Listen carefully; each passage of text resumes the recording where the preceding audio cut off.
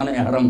حافظ جمعیت خیر العلماء، جس کو نانا نے سمجھا دیا کہ بیٹا آدمی صلح کے لائق نہیں ہوگا،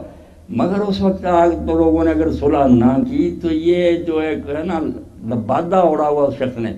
کہ حضرت عثمان مظلوم مارے گئے، یہ علی اور اس کی اولاد ان کا کوئی نوٹس ہی نہیں لیتی،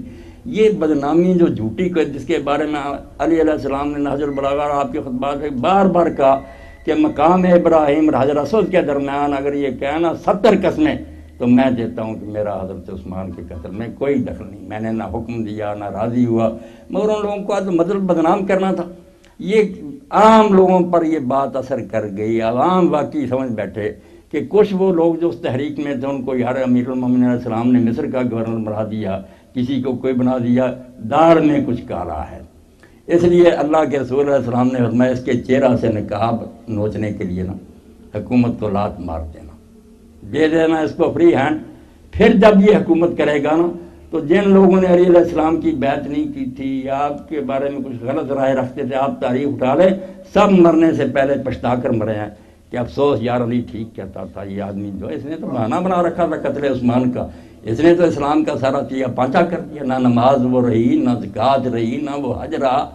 جو حج قرآن نے مقرر کیا تھا حج تمتع، ایک ہی سفر میں حج اور عمرہ دونوں تم کر سکتے، اس پر لوگوں کو مارنا شروع کر دیا، وہی کفر کا رواج ایک سفر میں تم دونوں نہیں کر سکتے وہ کرنا شروع کر دیا۔ نمازوں کے اوقات میں اتنی تبدیلی کہ لوگ جمعہ کا خطبہ اتنا لمبا کہ عصر کی نماز بیٹھے اشارے سے پڑھ لیتے، سجدہ بھی نہ کرتے، لوگ کہتے اٹھ کر پڑھو، یعنی وقت جا رہا ہے، خطبہ نہیں ختم ہو رہا ظالموں کا۔ اور خطبہ کیا، نعوذ باللہ زبان جو ہے اس سے نکالتے ہوئے زبان جلتی ہے، امیر المومنین علی ابن ابی طالب اور ان کے دوستوں پر لعنت، یہ حصہ بنا دیا خطبہ کا کہ لعن اللہ علی ومن احبہ۔ تو جو بیچارہ چیخا کہ یہ جمعہ ہے، یہ خطبہ، سر کاٹ دیا۔ تو ہر شاید تبدیل، مگر یہ 20 سالہ دور ہے۔ امام حسین رضی اللہ کو جو لوگ شروع کرتے ہیں نا کہ یزید نامزد ہو گیا اور امام حسین رضی اس پر ناراض ہو گئے، بات واضح نہیں ہوتی۔ اگر امیر معاویہ کو حضرت حسن یہ ہاتھ کھلا نہ دیتے اور 20 سال میں اس کا اصل چہرہ سامنے نہ آتا تو حضرت حسین رضی کی تحریک بالکل بے جواز ثابت ہوتی کہ یار ایک برا آدمی بیٹھ گیا، پھر کیا، اگر سسٹم ٹھیک چل رہا ہے تو شراب پیتا ہے یا زنا کرتا ہے، اس سے کیا قیامت آ جاتی، یہ اس کا ذاتی فعل ہے۔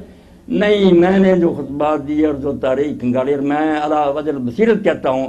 کہ یزید جو ہے یہ ایسے ہی جیسے خواجہ حسن نظامی مرحوم سے جب کوئی پوچھتا تھا کہ آپ معاویہ کے بارے میں کہتے کیا ہیں تو وہ کہتے تھے بڑا بڑی فکرہ کہ وہ تو یزید کا بھی باپ تھا، یزید بالکل اس کے مقابلے میں پاسنگ بھی نہیں ہے جو ظلم اس نے کیا، جس نے سر اور اس نے اڑائے ہیں، اور علی علیہ السلام کے ماننے والوں کی جائیدادیں ضبط کی، ان کی زبانیں کاٹی، ان کو درختوں پر لٹکایا، پورے ملک میں دہشت پھیلا دی، اور لوگ اس زمانہ میں پھر حضرت حسین علیہ السلام سے آ کر کہتے تھے کہ یہ صلح ہے جو آپ کے بھائی نے کی، اس کی بجائے ہمیں قتل کرا دیتے، ہم جانیں دے دیتے، یہ منظر تو نہ دیکھنا پڑتا۔ تو اس کو معلوم ہوا مروان کے ذریعہ کہ اس طرح لوگ حضرت حسین علیہ السلام کے پاس آتے ہیں۔ اس نے خط لکھا معاویہ نے کہ کسی فتنہ میں مبتلا نہ ہو جانا اور اپنے بھائی کے عہد کے خلاف نہ کرنا، بغاوت نہ کرنا۔ تو امام علیہ السلام نے جو خط لکھا نا اس دور میں تحریک حسینی کو سمجھنے کے لیے اس کا مطالعہ ضروری ہے۔ آپ نے فرمایا تو کہتا کسی فتنہ میں مبتلا نہ ہو جانا، اس سے بڑھ کر فتنہ اور امت کے لیے کیا ہوگا کہ تیرے جیسا آدمی امت کا سربراہ بن چکا، فتنہ تو برپا ہو چکا، اور میں جو تیرے خلاف جہاد نہیں کرتا اس کے لیے مجھے عذر سمجھ نہیں آتا کہ میں قیامت کے دن جواب کیا دوں گا۔ صرف میں اپنے بھائی کا عہد نبھا رہا ہوں کہ جو انہوں نے معاہدے میں یہ شرط طے کی تھی کہ مرتے وقت یہ کسی کو نامزد نہیں کرے گا، امت پر چھوڑ جائے گا، وہ دیکھوں گا۔ اگر آخری کیل بھی اس نے اس تابوت میں ٹھونک دی پھر دیکھا جائے گا، ابھی تم صبر سے کام لو۔ اپنے ساتھیوں کو بڑی مشکل سے آپ چپ کراتے تھے۔